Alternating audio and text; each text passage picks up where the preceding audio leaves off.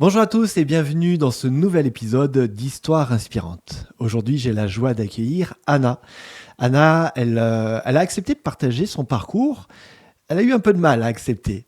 Peut-être parce qu'elle s'est dit « ma vie n'est pas si rocambolesque que cela ». Alors, si vous aussi, votre vie n'a peut-être pas été jalonnée de tout un tas d'événements exceptionnels, eh bien, ce témoignage, il est peut-être pour vous. Alors, je vous souhaite une bonne écoute et bienvenue dans Histoire inspirante avec Anna, qui nous raconte son histoire.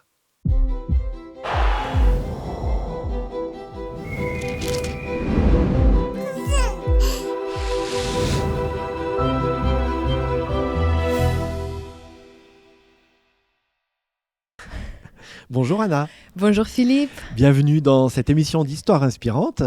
Alors Anna, on se connaît depuis quelques mois seulement, puisque tu es venue travailler à la Fédération adventiste dans le sud de la France, à côté de Montpellier.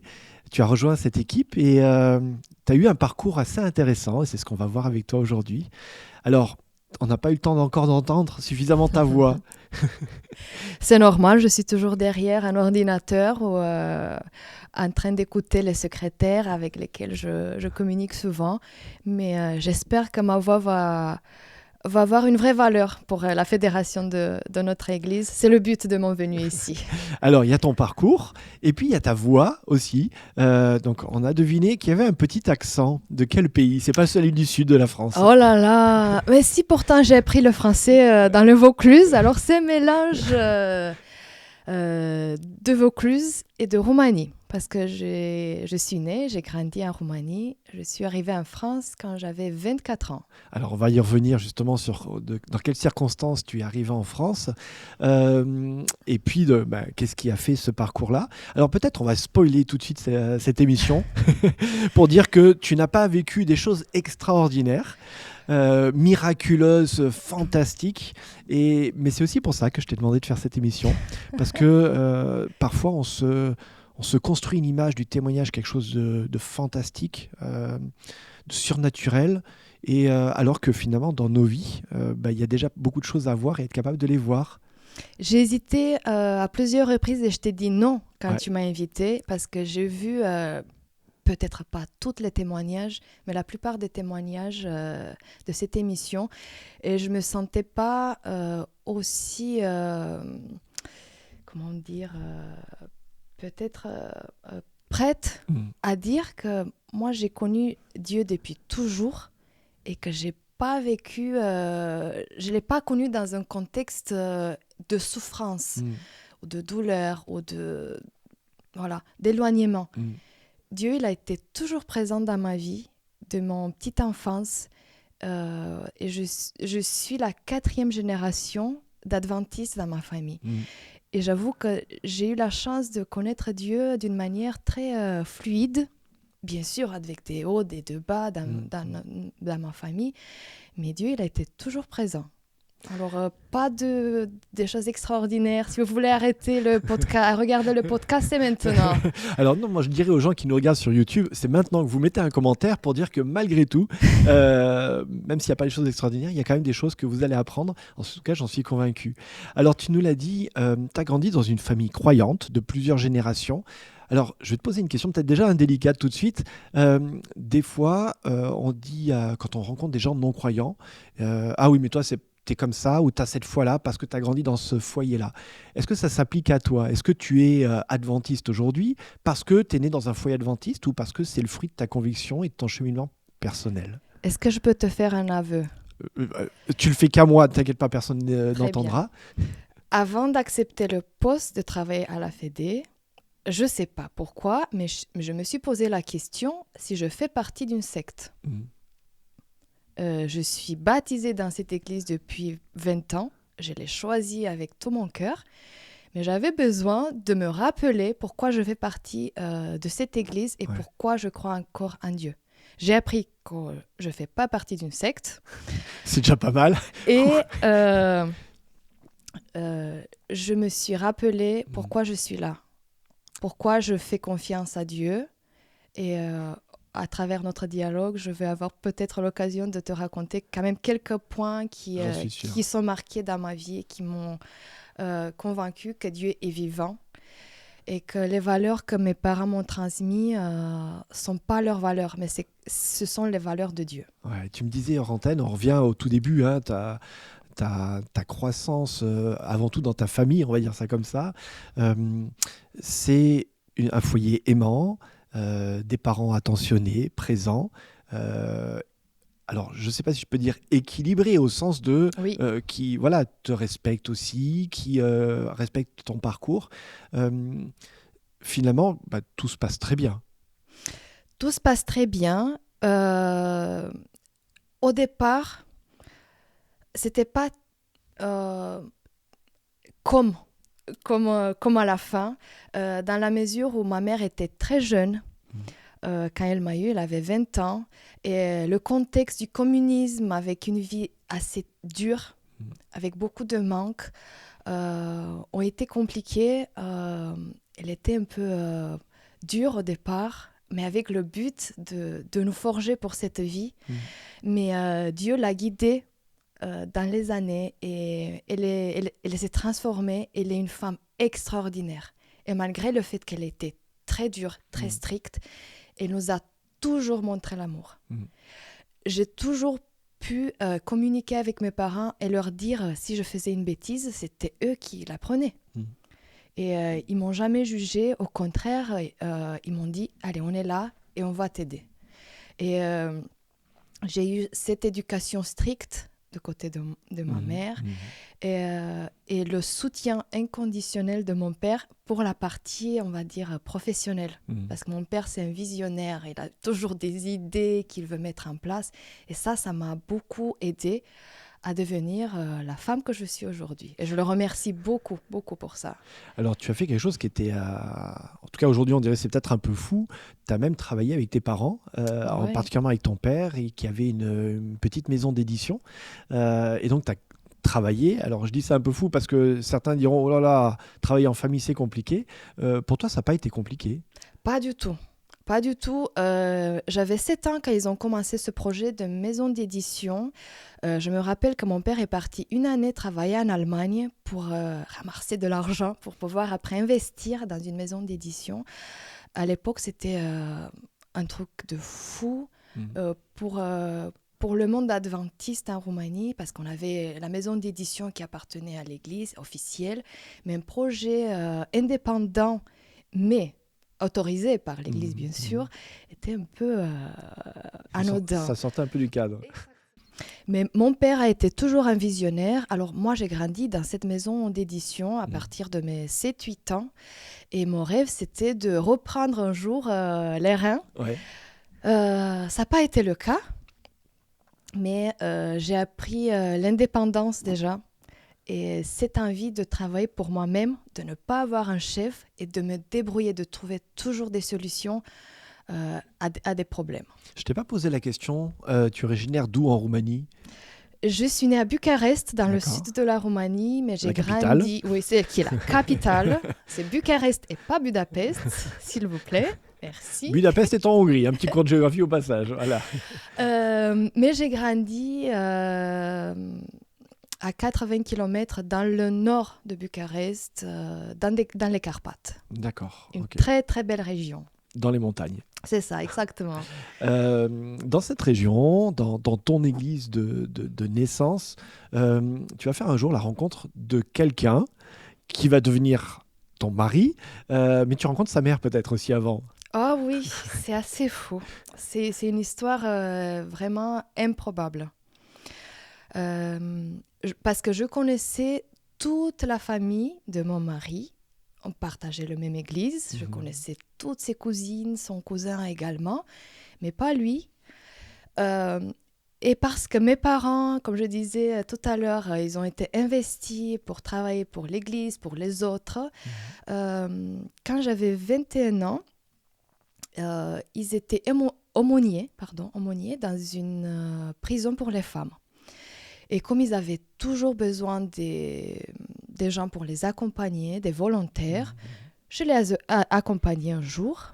Mais dans la voiture, il y avait une femme que je ne connaissais pas du tout et qui a commencé à nous parler de son fils d'une manière qui m'a complètement bouleversée. j'ai jamais entendu une mère parler avec autant d'amour de son fils. Attends, tu es en train de nous dire que tu es tombée amoureuse juste parce que la mère a parlé de son fils? Je ne suis pas tombée amoureuse, mais ça m'a interpellée. Ouais. Et comme j'avais d'autres plans pour ce week-end, moi je ne devrais pas du tout être le sabbat présente à l'église, j'ai changé mes plans juste pour rencontrer cet homme qui pouvait très bien arriver avec sa femme et ses enfants. Okay. Heureusement, il était célibataire à l'époque. Et moi qui ai fait une fac de cinéma, en regardant dans le passé, je vois comme Dieu, il est un scénariste en fait, parce qu'il a fait les choses d'une manière incroyable. On n'a pas le temps que je te raconte tous les petits détails, mais tout a commencé par le fait qu'on s'est garé l'un à côté de l'autre et on est arrivé au même moment à l'église. Donc alors tu l'as dit, tu as travaillé dans le monde de l'audiovisuel, tu as fait un diplôme à Bucarest justement autour de l'audiovisuel, tu as travaillé pour une chaîne de télévision en Roumanie aussi. Tu fais cette rencontre avec Andrei qui, j'ai lâché son prénom, qui à l'époque vit en France, travaille en France, il revient simplement pour les vacances.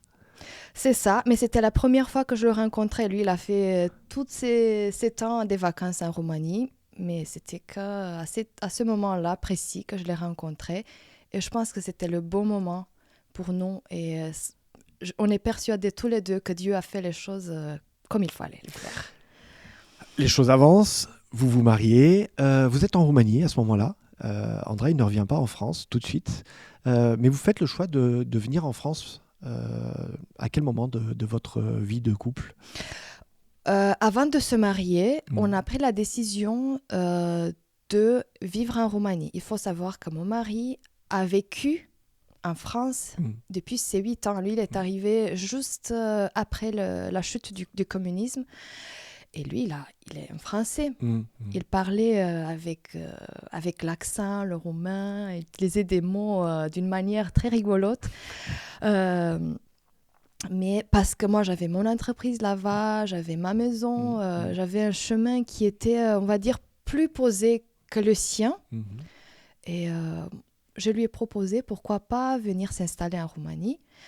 Il a accepté, sauf que n'ayant pas la nationalité française, malgré le fait qu'il a vécu plus de 20 ans en France, on a décidé de rester une année de plus en France pour que lui, il ait sa nationalité. Et on a dit, après, on retourne. Sauf que les choses ne se sont pas passées comme nous, on a prévu. Je suis tombée enceinte. Et pour la deuxième échographie du 5e mois, on a appris qu'on va avoir un enfant qui va avoir des problèmes de pied. Et alors, tout a changé ce jour-là. On a décidé de rester en France pour que notre fils ait un suivi médical. Toi, à ce moment-là, tu es jeune aussi, hein, au moment où vous êtes ensemble, où tu es enceinte. Toi qui as grandi dans l'église, qui as grandi toujours avec cette foi, comment tu as perçu ce fait que ton enfant allait grandir, en tout cas allait naître avec un handicap? Tu étais en interrogation vis-à-vis de Dieu, en colère vis-à-vis de lui, ou dans quel état tu étais?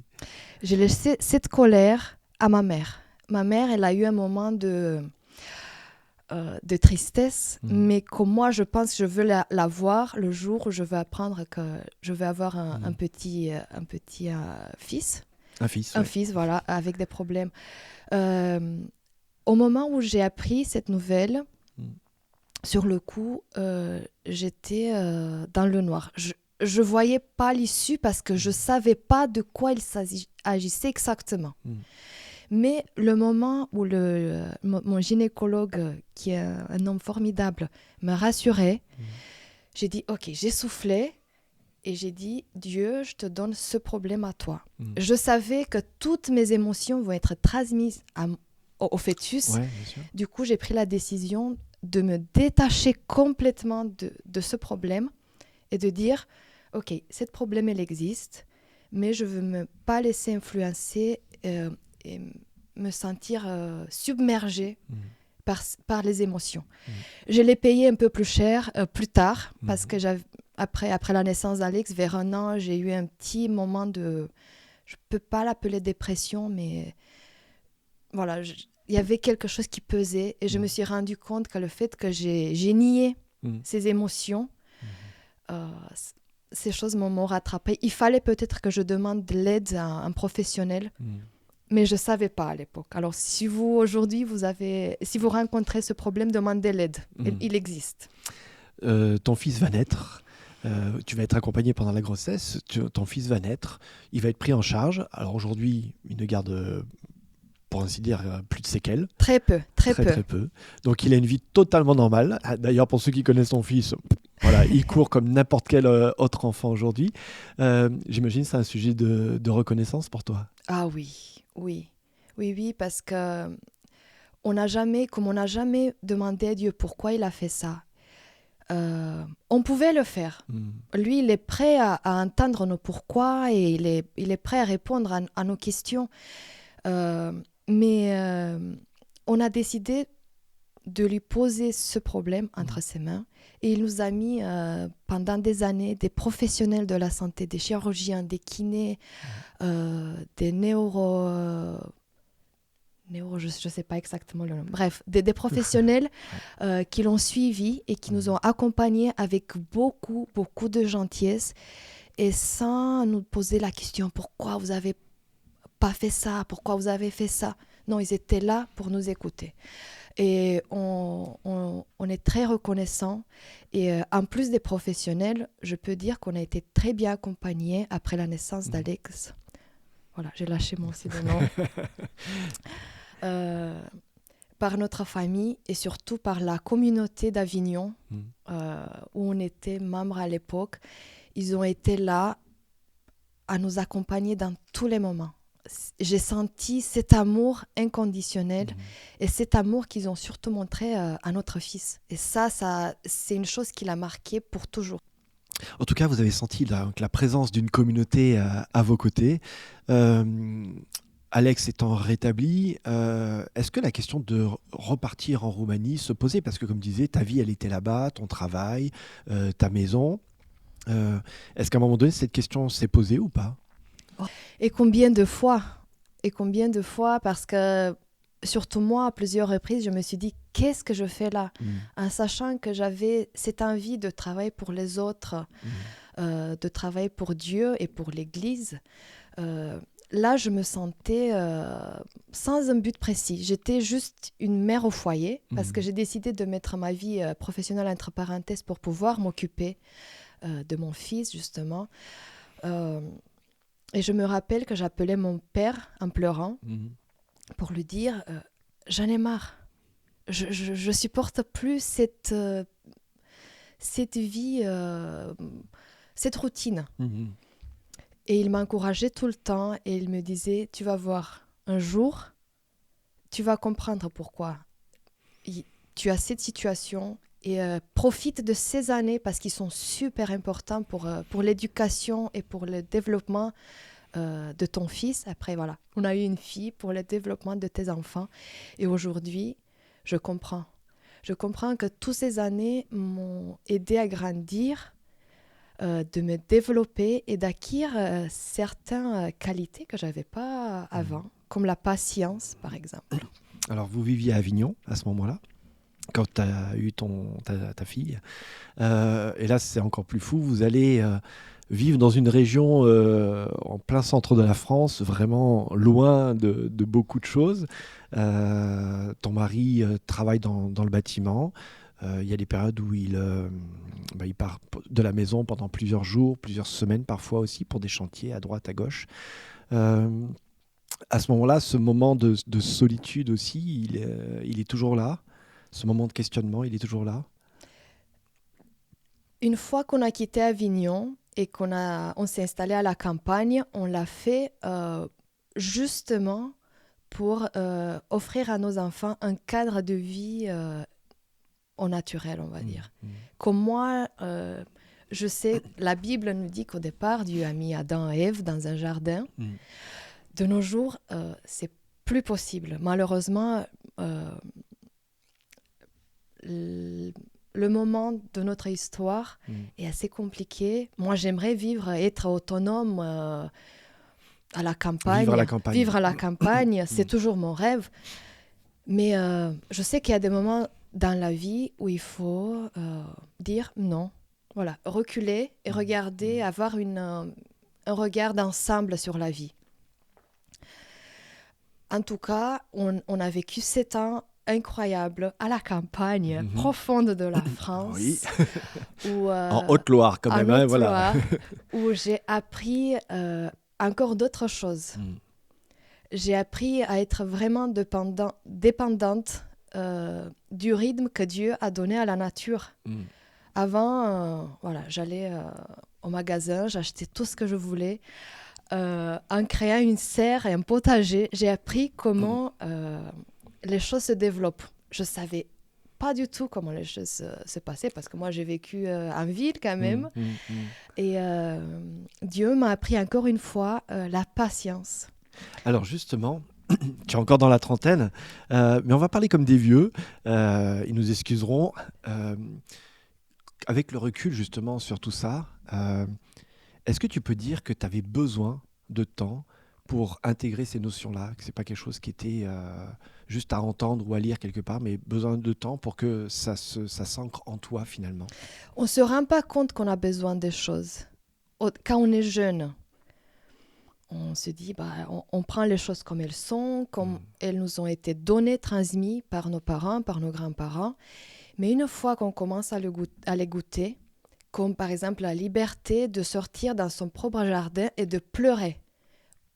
Quand on est arrivé là-bas, on a eu une période un peu compliquée d'adaptation. Pareil, cette quête de trouver un but. Et comme on avait un grand jardin, je me rappelle un samedi matin, je suis sortie avec mon appareil photo pour faire des photos. Ça, c'est une thérapie pour moi. Et je pleurais. Je me suis dit, trop bien, je pleure chez moi. Il y a personne qui me voit. Et j'ai appris aussi le fait que la nature est quand même une bénédiction. En Roumanie, dans mon église, on a des cultes le vendredi soir, le samedi matin et le samedi après-midi. On est la plupart du temps à l'église. En venant en France et surtout en Haute-Loire, en étant loin de l'église, on était à 1h30 de l'église, j'ai appris... Et c'est pas 1h30 d'autoroute. Pas du tout. J'ai appris que le sabbat est un temps béni par Dieu, aussi en dehors de l'église, parce qu'on peut se dire, oh non, mais il faut aller à l'église, c'est là-bas, Dieu, c'est la rencontre avec les frères et les sœurs. C'est super important. La communauté a été toujours et reste très importante pour moi. Mais découvrir Dieu pendant ce temps de sabbat dans la nature, ça a été une révélation pour moi. Et surtout de présenter ce Dieu qui a créé la nature aux enfants, ça a été encore un plus. Alors là, tu abordes justement quelque chose qui était important pour toi, et peut-être pour nos auditeurs aussi, forcément de grandir en Roumanie, dans un contexte communiste, avec une église d'une certaine rigueur à un moment donné, héritage aussi d'un contexte politique, parce que l'église, elle vit aussi dans un pays, avec des ouvertures bien évidemment, mais d'arriver en France, où là on est à l'Europe de l'Ouest, à l'opposé de la Roumanie pratiquement, il y a la manière de vivre qui est différente, mais il y a l'église qui est différente aussi. Quand tu arrives ici, l'église, elle est toujours la même église, au sens la même foi, les mêmes croyances, mais la manière de pratiquer, elle est différente. Comment toi, tu l'as vécu, cette adaptation? Est-ce que ça a été quelque chose de facile ou au contraire, peut-être quelque chose de difficile, voire peut-être encore aujourd'hui avec des questionnements sur ce contraste qui existe entre deux pays, deux manières de vivre sa foi? Chaque changement de vie est différent et compliqué à vivre. Sauf qu'on doit se dire, soit j'essaie de m'adapter et d'ouvrir mes yeux et... comment dire? Est-ce que tu peux découvrir de nouveau? Exactement. Est-ce que je suis ouverte à découvrir ou bien au contraire, non.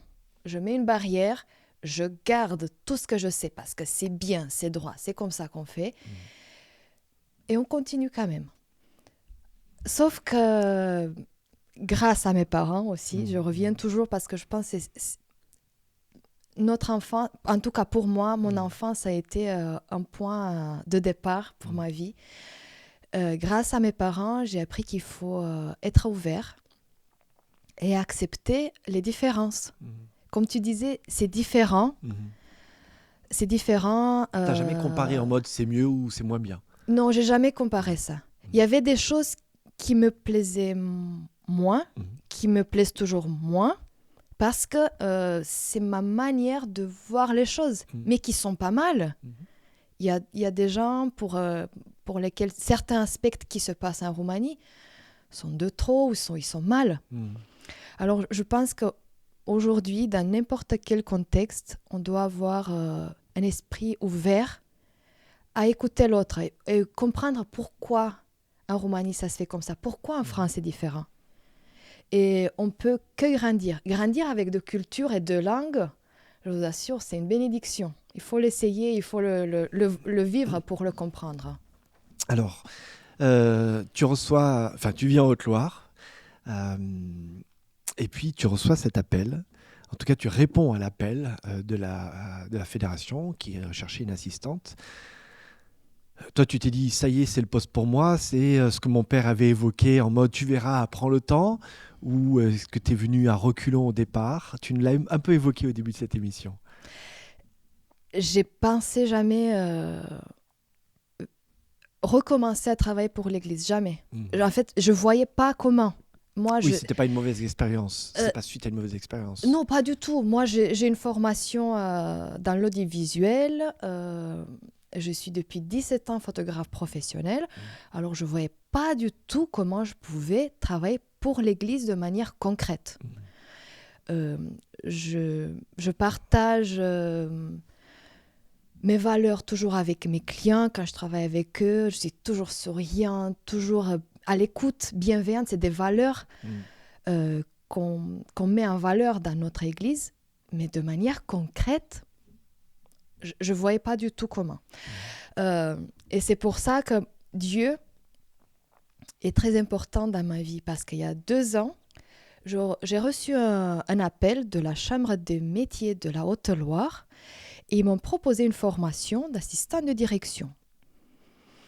Je ne comprenais rien au départ, mais comme je suis toujours ouverte aux propositions, je me suis dit, allez, je vais écouter cette offre commerciale. Et quand la conseillère m'a présenté toute la panoplie de compétences que je pouvais acquérir, déjà pour mon entreprise et celui de mon mari, j'ai dit oui, je prends. Alors pendant 2 ans, j'ai été formée. J'ai eu plusieurs modules avec des formateurs extraordinaires qui m'ont ouvert des yeux sur des sujets que je ne pensais même pas que je pouvais avoir dans ma vie professionnelle. Et j'ai eu mon diplôme. J'ai réussi tous mes examens et je suis reconnaissante envers Dieu car j'ai réussi à avoir mon premier diplôme en France. Ce n'est pas un grand diplôme, mais pour moi, c'est important parce que je voyais un petit peu une certaine évolution. 2 semaines après que j'ai eu mon diplôme, j'ai eu cet appel de la Fédé. Et ce jour-là, j'ai compris pourquoi j'ai accepté de faire cette formation, malgré le fait qu'il y avait des choses que j'avais du mal, notamment la comptabilité, la gestion. C'était moi et les chiffres, on n'est pas amis. Mais mon mari m'a beaucoup poussée à continuer. Et le jour où j'ai eu l'appel de la Fédé, j'ai compris pourquoi. Est-ce que tu peux dire qu'à ce moment-là, c'était comme si tout d'un coup, quand on est dans un puzzle, on a une pièce, ça fait un moment qu'on tourne avec cette pièce, on la met de côté, on essaie de la recaser quelque part. C'est comme si tout d'un coup, tout s'assemble quand on trouve l'emplacement de la bonne pièce au bon endroit. Est-ce que tu as eu le sentiment que cette formation, que ton parcours en France, ton retour à la campagne, tout ça, tout d'un coup, ça avait un sens? Tout à fait. Toutes ces étapes-là m'ont préparé pour ce que je fais aujourd'hui. Mais on voit ça juste quand on met Dieu en question. Quand Dieu fait partie de ce puzzle et qu'on se laisse guider par lui et qu'on accepte et qu'on met en doute quand même certains moments de notre vie et qu'on lui dit, Dieu, écoute, aujourd'hui, je ne sais pas quoi faire, montre-moi. Moi, j'ai eu à plusieurs reprises cette expérience. Le matin, je priais et je disais, Dieu, aide-moi parce que je ne sais pas. Et il m'a toujours répondu. Tu as utilisé le mot doute. Le mot doute, est-ce que c'est important pour toi de douter? Est-ce que c'est nécessaire de douter? Est-ce que c'est ce qui nous fait avancer? Je pense que c'est important de douter parce que si on ne doute pas, on ne réfléchit pas. Et on voit en tout cas de nos jours comme les gens prennent des informations, surtout avec les réseaux sociaux, il y a des courtes informations, ils ne vérifient pas, ils prennent tout, ils avalent tout, ils mangent tout. Non, on doit se poser, s'arrêter, écouter et douter, et après vérifier à droite, à gauche, faire appel à des professionnels, faire appel à des gens qui ont plus de compétences, et surtout prier et demander Dieu.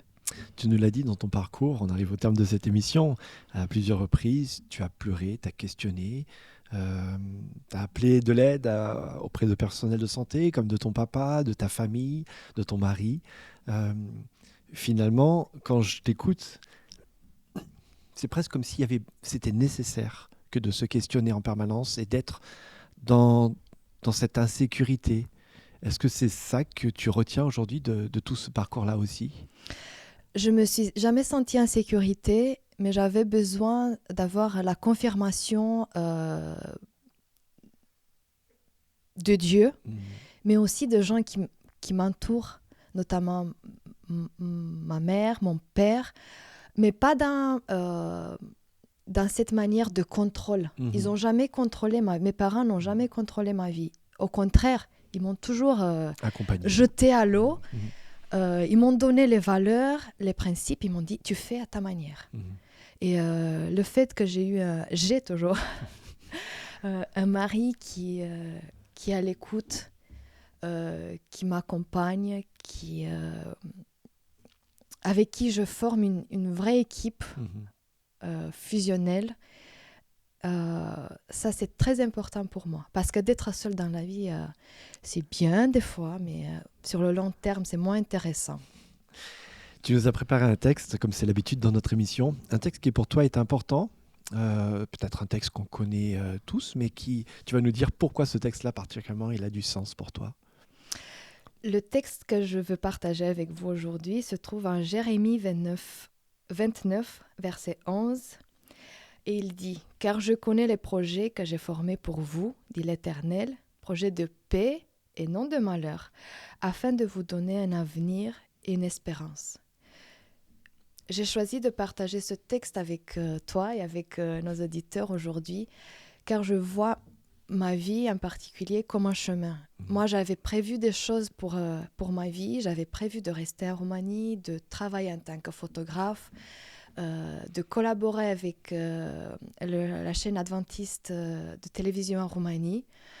Sauf que Dieu, il a détourné mon chemin pour une période, pour me former, pour me forger, de la même manière comme il a fait avec d'autres personnages de la Bible, notamment Moïse, Joseph. Je ne me crois pas du tout à leur niveau, mais je sais que Dieu a un plan spécial pour chacun d'entre nous.